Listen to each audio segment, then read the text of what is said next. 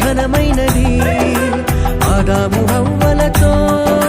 మొదలైంది ఆ సందడి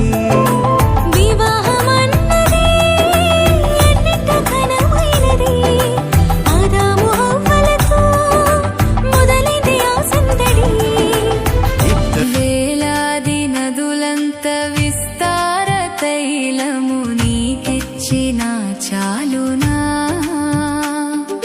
వేలాది నదులంత విస్తార తైలము నీకిచ్చిన చాలునా